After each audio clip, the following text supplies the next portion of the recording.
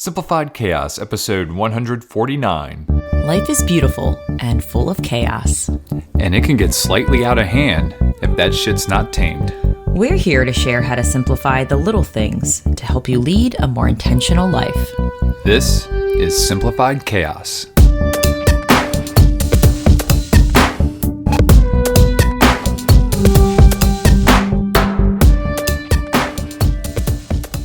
Hey everybody, welcome to Simplified Chaos. This is Jillian and I'm with my co-host and husband, Nicholas. What's going on, folks? We hope you all are having an amazing week.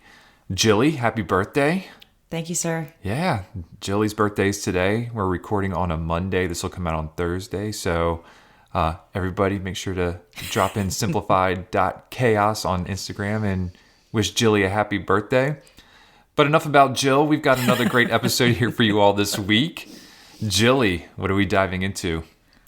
I guess we can call this reflections of our desert adventure. Yeah, it's an everything bagel episode, as Jill likes to appropriately call them, because we're going to be talking about a lot of different things today. Sprinkle in a little everything bagel seasoning on today's episode. Yeah, no more bagels for us. We'll probably dive into that a little bit as well. Yeah, it was an interesting trip. We were gone for 12 days, a lot going on, but we'll share all that and all the wonderful lessons that we've learned and how that is continuing to help us simplify our everyday and live a more intentional lifestyle, as that is the theme of this podcast. But before we dive into that, as always, we love to show a little gratitude before we get started. So, Jilly, what are you grateful for this week? Well, let me just say I'm grateful for my mom giving birth to me 36 years ago, wiser than I've ever been. And mom's vagina rocks. Thank you, Mom. She's awesome. And I guess Dad helped, with the process, but, Hey, give credit where credit's due. You need the P and the V. Yeah. Anywho. Or a nice lab. Oh, yeah, exactly. Yes. But I am grateful. I'm guessing I'm going to call them upgrades and routines and rituals. Ooh, I'd like to see where this is going.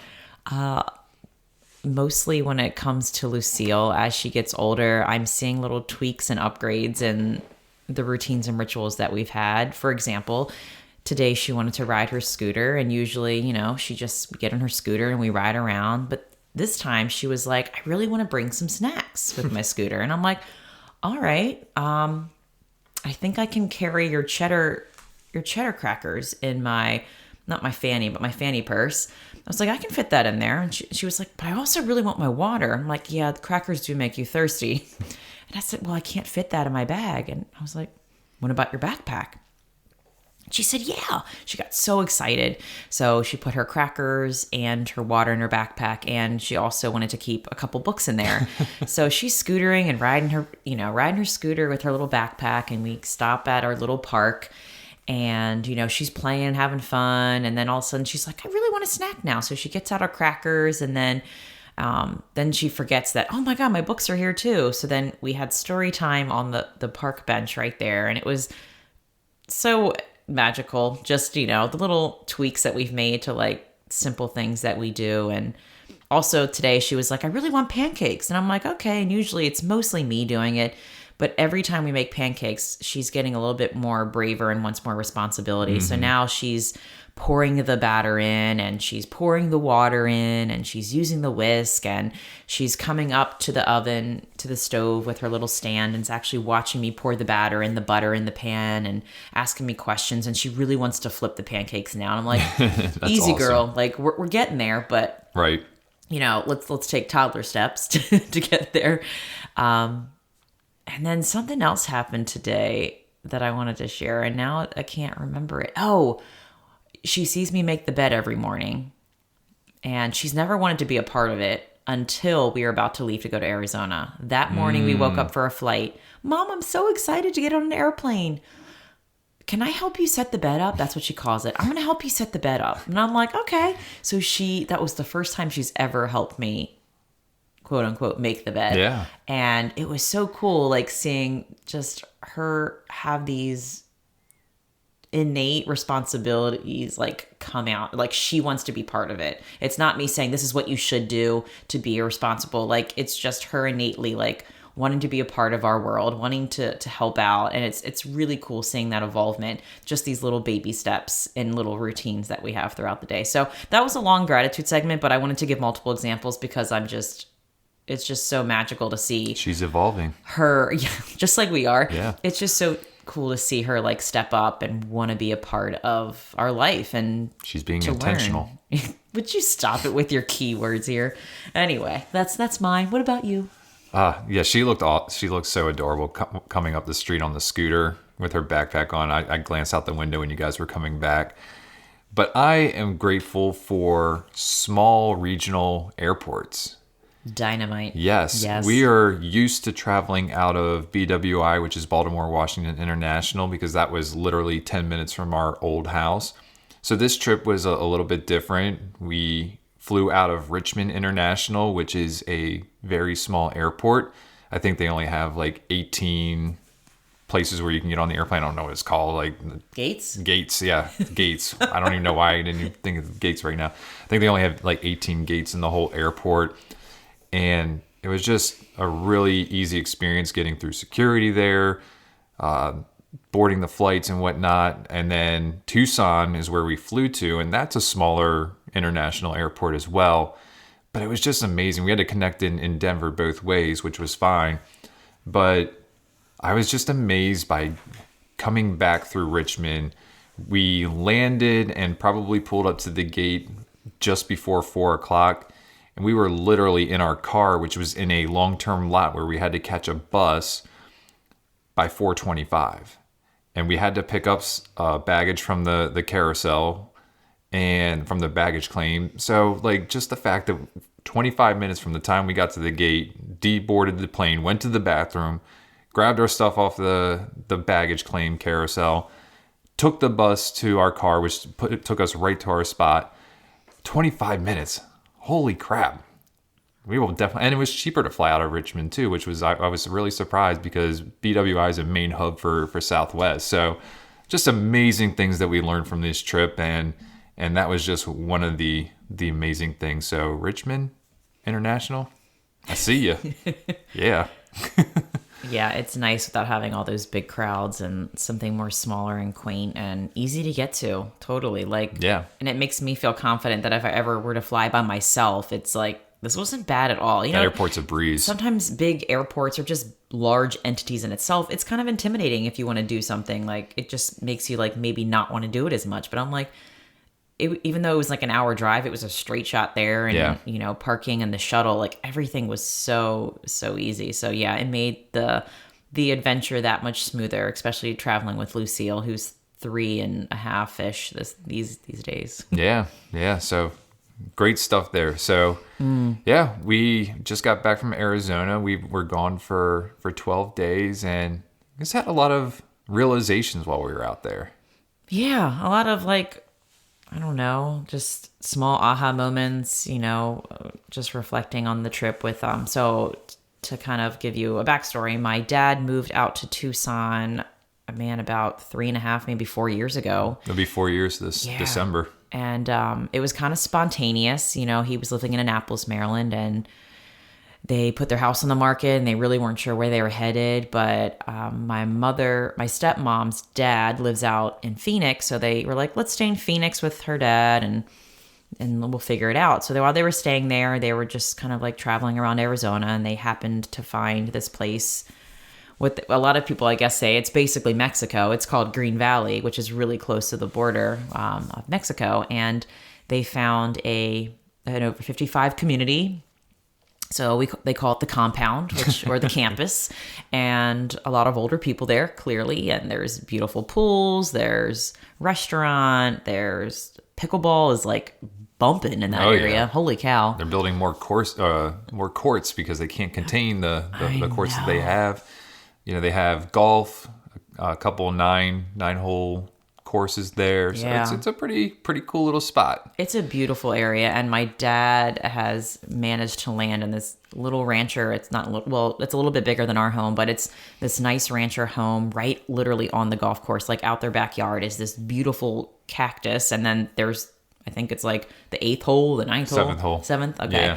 And it's such a beautiful view to wake up to see, like the cactus and then like all this green space outside, and there's mountains. birds, and you can see the mountains from every view, and then they have grapefruit trees and orange trees, and it was such a great change in scenery to wake Yeah. up to that every day. It's wild out there, like just with the cacti and all it just seems so alien to me, and it was really cool that we got out there and really explored and enjoy our time there. Yeah. And one of the things that I really appreciated that are important when I'm here at home is, and I heard this term on another podcast and it really stuck with me, is that I really appreciate and understand the vital component of the bookends of your day, like how you start your day and how you finish your day.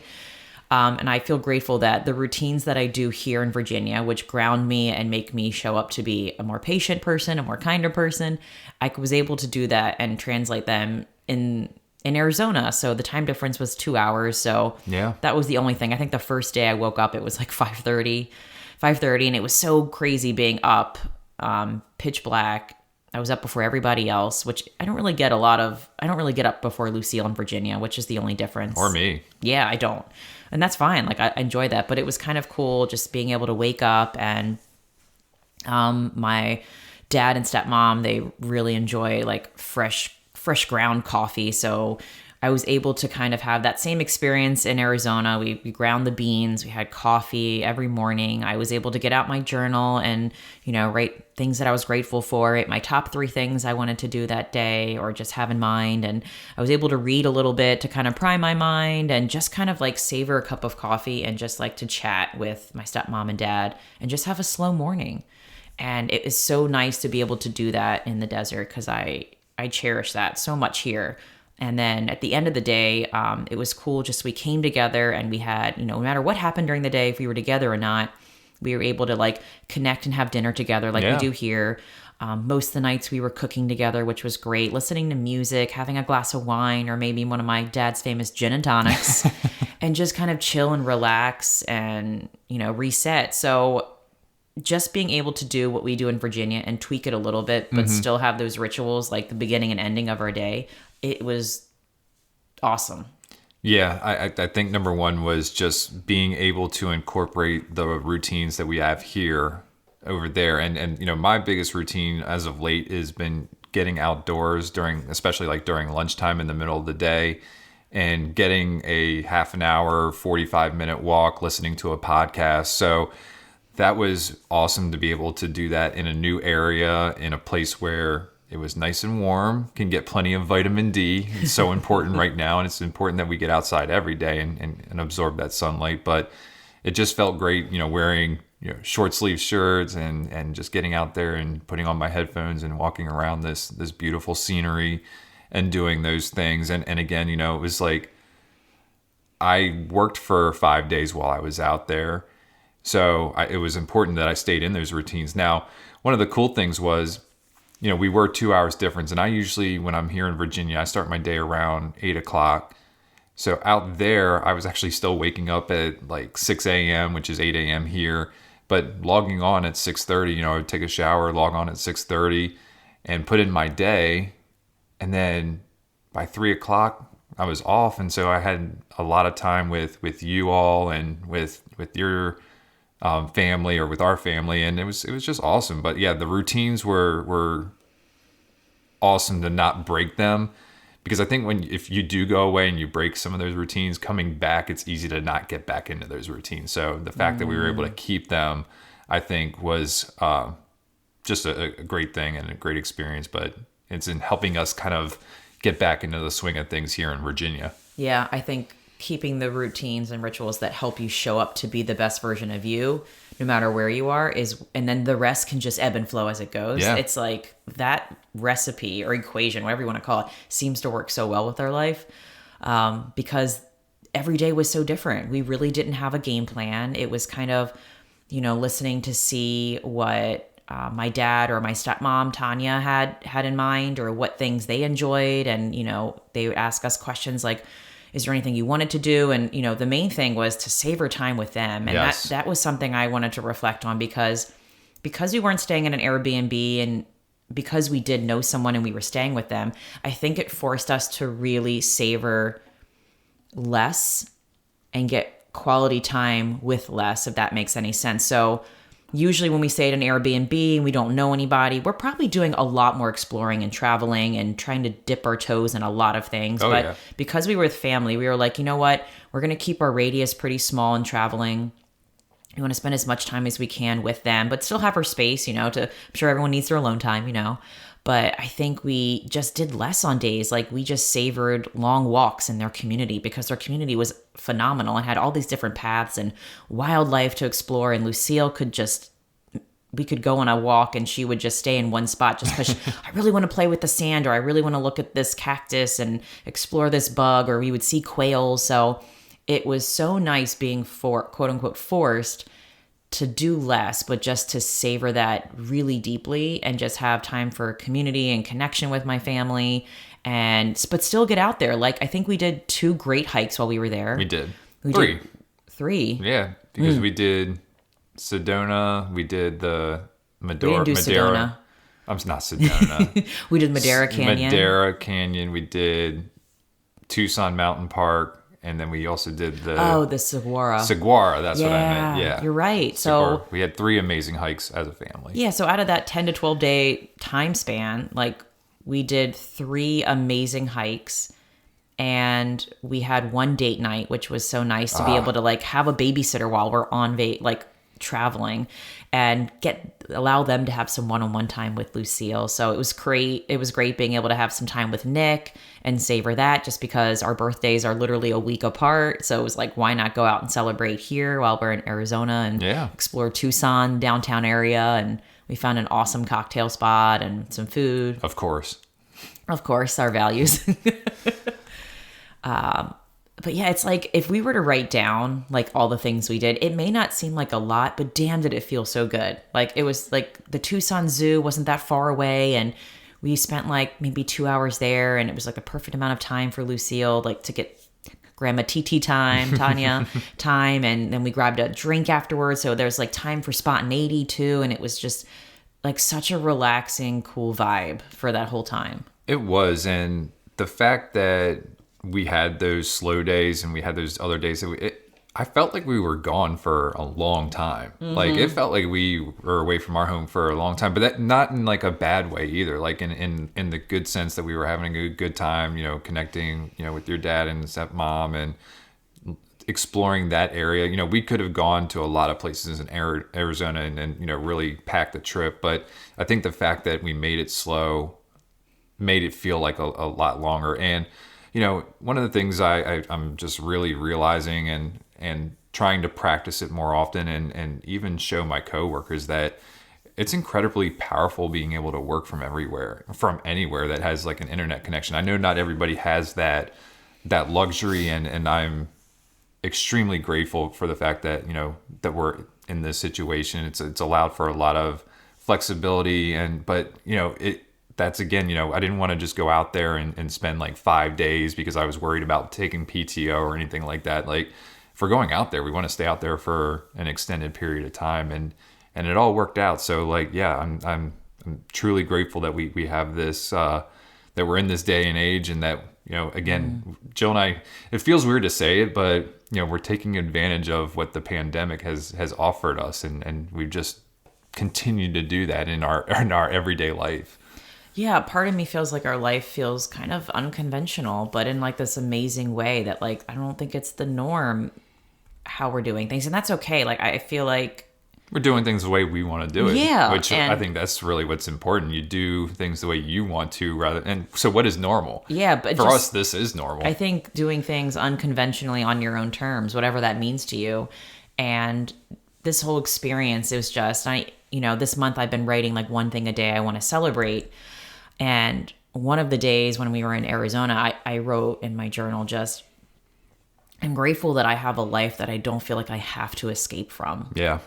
I'm so honored and grateful for the decisions we've made and just for opportunities that have landed us here, that we're able to kind of travel and work and play and have fun, and it all kind of goes together in a magical way. And I don't want to talk about it for too long, but like the whole experience was just, I just feel just the how we landed, it's just been amazing. Like, I don't know how else to put it. Like, Yeah.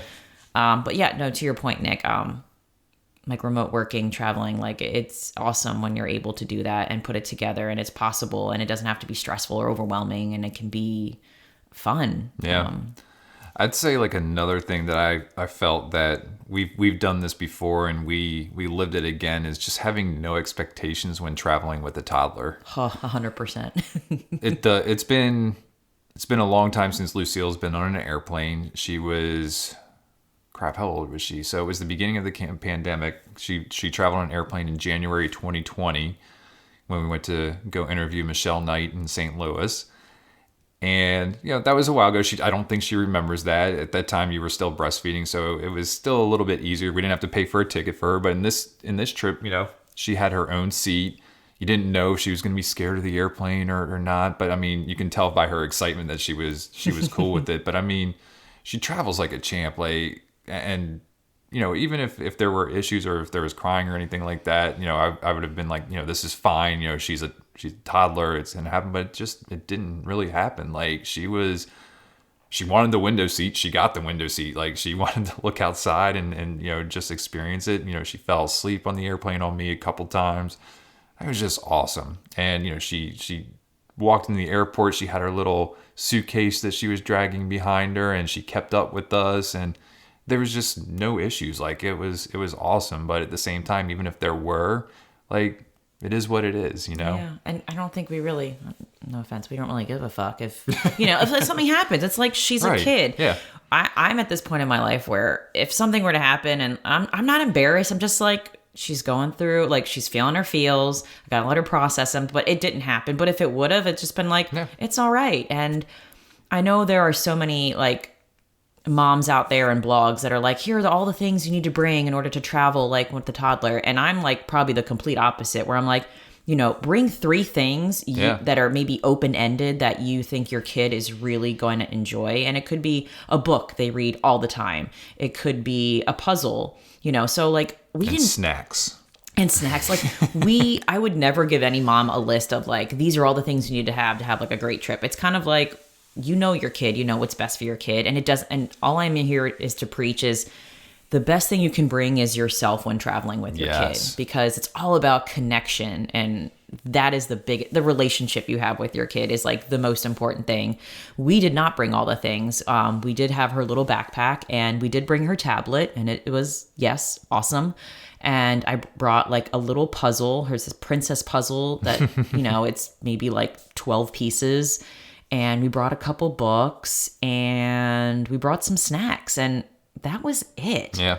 And the mask thing mandate in the airports was not a huge deal. Like, nobody came up to us. Part of the time, she didn't even wear a mask in the airport because we couldn't understand her when she was trying to talk to us. And I'm like, homegirl, like, I'm just going to take off your mask while we're walking in the airport and sitting, because we couldn't hear her. Yeah. Like, anyway, but Key to get around that is just put a bag of food in front of the kid, and no one's going to say anything because you're allowed to eat with it off. The one thing that did help was that we did bring some lollipops, and she had a lollipop that she was just kind of holding on to. So if someone did question her, it was like, yeah, she's eating a lollipop, she's cool. But nobody said anything.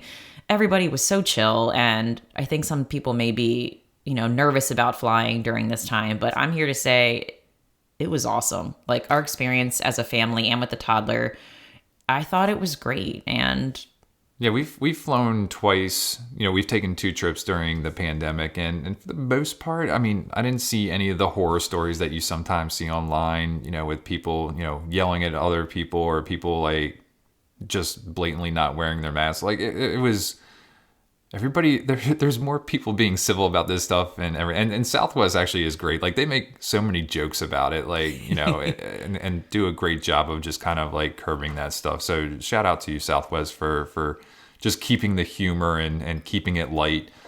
But yeah, I mean, we haven't seen any of the issues that you kind of read. I just think it's people putting out bad stuff because Yeah. it gets clicks. We're here to spread the good news about traveling. So Yeah, it's not so bad. it's so great, feels guys. good. Yeah, traveling is so good. But no, along with like all the great stuff and the savoring time we had with each other. And I forgot like Lucille's bath nights. That's something that was a great bookend for her. Like Yes. her morning rituals of like having her yogurt she was able to do and then getting a little bit of TV time. She does that in the morning and it's so nice because we each have our own time for ourselves.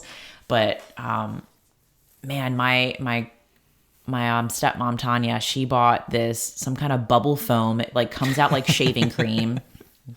And she was so sweet. She's like, I don't think it's really good ingredients, but I just wanted to get something for her. It's all they had at the store. And Lucille would be in the bathtub for like an hour with this stuff because it was so new and different.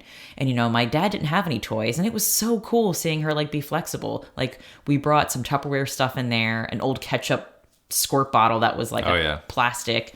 And then that bubble foam, it was like, homegirl was like living her best life, like decorating, making cakes. And so I forgot to mention that the bookends for Lucille's day were very similar as well, which I think made the trip a little bit smoother too. It did. I think so. She warmed up very quickly. I know for her, like going to a new place, even if it is, you know, relatives, sometimes it takes her a while to warm up, but every day it was just like easier and easier for her. And she was totally cool. Yeah. And it was kind of interesting. I wrote for this month that one of my goals was just to learn a new skill. Like this year, I wanted to learn more skills. So I had it in there and I'm like, you know, I'm going to write it in my planner, learn a new skill today, but I have no idea what that's going to be. I wasn't like aiming for something, but I realized after this trip, I learned a lot of amazing and was able to hone in some skills. Like Tanya was able to teach me how to make egg sous vide, which are those like, they're like filled with cottage cheese and yogurt, and they serve them at Starbucks, which is what inspired her. Like I learned how to make that in the oven. She taught me how to make like a whole chicken. Yeah. So I learned a lot of cooking skills. And something else that was cool seeing Lucille learn was that my dad is very big on like holding hands and saying a prayer before we eat. And, you know, Lucille's just like in awe, like looking around, like she's so excited to hold people's hands. And, you know, the more and more we did it, now Lucille is the one who's starting to be like, all right, let's hold hands. Yeah. And she's like, we are thankful for the airplane ride, or we're thankful for the zoo trip. So it was so cool seeing like rituals and routines New ritual that my dad was doing. I've now been embraced in our family, and Lucille's so excited to start that. And I will say this trip, I think I really practiced a lot of listening. Yeah. The skill of listening is really difficult. And you're a really good listener, Nick, so you help me want to be better, and the podcast helps me get better. But when you connect with family, you know, not everything's going to be peaches and cream. So, and I don't see them all the time in person. So it provides such an amazing opportunity for me to just really hold space for my family and people I love, and just to listen to see what's going on in their life. And that's it. Like, not give advice or feedback, but actually just practicing the skill of listening to understand, just to have more empathy for what they're going through and just to understand. And that's it.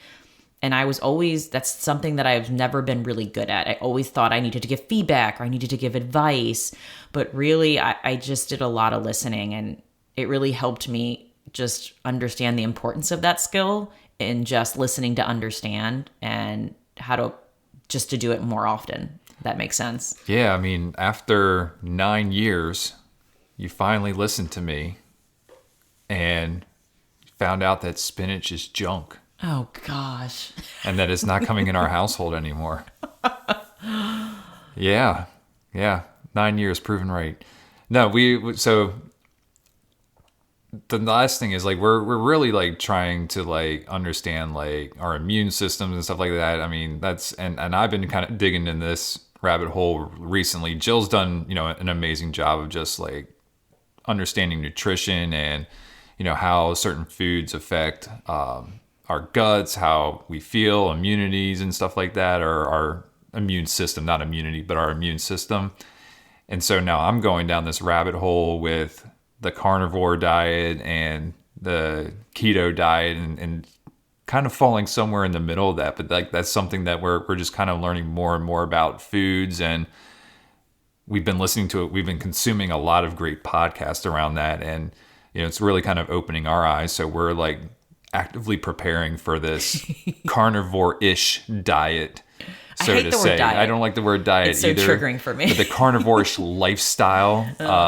We'll certainly be reporting more on this as we learn more, if anybody else is interested about that. But yeah, the last thing, going on vacation and having this time, it's an opportunity for us to learn.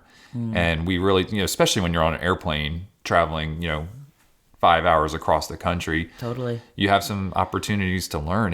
And that was another great part about it, is just opening our eyes to different things. And, we don't ever think anything is like final, like, we're always evolving and trying to learn and make adjustments. But like, yeah, we're excited to maybe embark on this new lifestyle, new journey here. Yeah, that was really cool that I don't think we've ever been so aligned consuming so many of the same podcast episodes, but lately, because nutrition, like I became a health coach like 5-6 years ago, and nutrition was always like a big passion of mine. And the fact that you are like really diving into it as well, I'm like, all right, welcome to the club, Nick. And now we're kind of learning and ebbing and flowing together and trying to make some adjustments and tweaks and experiment. Like everything really in life is an experiment. Try it out, see how you feel. So yeah, we'll probably be podcasting about this because I'm very fascinated, and the more I learn, the more I'm like, okay, It's about being intentional, right? I want to try it, and I want to see what the benefits are. So we're going to be diving into a lot of meat. A lot of meat, and I'm so excited. I know you are. I really do. So stay tuned for more of that. But yeah, that's the cool thing about vacation, is that you have to actually time to read and consume more podcasts by traveling. So that's been something fun we've both been diving in together, is like Nutrition Land and learning about health, and even more so, I'm learning a lot of new things, and I'm sure we'll keep you guys posted if you want to consume some of the same podcasts that we have been. Yeah. Lastly, I have, Jill, and I don't know if you have anything else, but, trips like these just confirm that family's everything. Like, your dad and stepmom are such great people, and it was just awesome that they opened their home for us for the last 12 days. And, we just shared so many amazing memories, and Lucille got, some great quality time with them. So like, yeah, at the end of the day, family's everything. Collect moments, not things. That's right. No, I totally agree. I think the vital component that travel brings into my life is just, it ignites excitement and that sense of wonder that I think we all had as a kid and loved it so much. So the fact that we were able to do both travel and have that wonder and excitement, but also see family and have connection and community and a sense of belonging and just feel love, it was just like this beautiful mashup of just like everything I could possibly want and value in life all together in a trip, which was just an amazing to experience. And it motivates me and reminds me just to keep cherishing moments and connection, and worry about those and worry less about the material shit that I think really gets in the way and convolutes life and the joy and meaning that is all around us all the time. But sometimes we forget it's there because of all the other distractions that get in the way. So word. Yeah. Collect moments, not things. So many moments collected during this captured the desert adventures. Yes, for sure. So a big thank you to my dad and Tanya for having us. If you're listening, we love you so much. Yes. All right, Jilly, any resources today? I do. So you seem excited about this. Well, thinking about this episode, I wasn't sure where it was going to lead to, but the one thing I kept coming up for me is just unconventional. I think a lot of things we've been learning about and living has been not the norm. Yeah. And I wanted to spread some light, and I found this blog post that was called, "Are You Up for an Unconventional Life?" And I'm just going to share some of it. Go for it. Okay.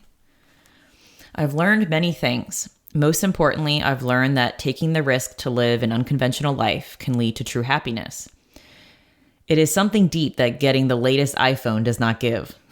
The unconventional life is not for everyone, but for those who are brave enough, it can be amazing. Here's what else I learned. Number 1, you don't need what you think you need. You don't need a vanilla frappuccino on your way to work every morning. You don't need a walk-in a closet full of clothes you've hardly ever worn. You don't even need a bed with a memory foam mattress. They sure are nice though. What do you need? You need a support system. People who are ready to adventure with you, who think differently, people who love you just as you are. And a quote from Tim Cahill, a journey is best measured in friends rather than miles. You need information, a way to grow and expand your mind, things to learn and get those creative juices flowing. You need information that will keep your heart and mind alive, that will keep you expanding. You need the confidence and courage to take action, not just to sit and dream, though it does start with that, but to get up and actually do it. Yes, it's scary and it's risky, but so is staying stuck and never living up to your true potential. And there's a quote by Mark Twain. 20 years from now, you will be more disappointed by the things you didn't do than by the ones you did do. Mm-hmm. You need gratitude and acceptance. Wherever you are, whatever state you're in, you need to be able to accept it and breathe through it. Yes, strive for more. Yes, grow. But also know that where you are right now is a step in your journey, and it's okay to embrace it. You need to know that not everybody thinks like you. This can be both frustrating and enlightening, but the ability to understand that those you meet are coming from different places, backgrounds, and experiences is important for your own happiness factor. You need to know that you get to choose. The hard truth is that everyone does not have equal opportunities. Traveling helps you see that. Maybe your circumstances are hard. Maybe you do not see a way out, but there are so many who have gone before that have proven there is always a choice. You get to decide if the life you are currently living is or is not what you want. There's 2 more. You need faith, the belief that there are still good people and good things in the world, that if you venture out and look for goodness, you may just find it. And the last one is you need to allow change over control. I believe in planning an organization, but I have also learned that it's okay to let go sometimes. Change is so good. Allow what will be to be. Admit it, because trying to control everything is stressful as hell. Hell yeah. And I loved that list so much because I feel like all of those things were totally represented in our trip, and I think follow with us wherever we go. Yeah, absolutely. Were those your quotes of the day too? They weren't, but they were intertwined with it, so I had to read them with them. All right. Well, how about your quote of the day then? My quote of the day is by Anna Quindlen.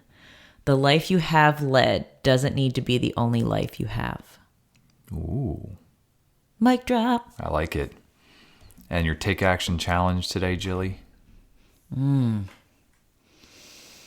I got to think about this one, huh? Just, I don't know, live your life unconventionally on your own terms. Yeah. That's what it's all about here at Simplified Chaos.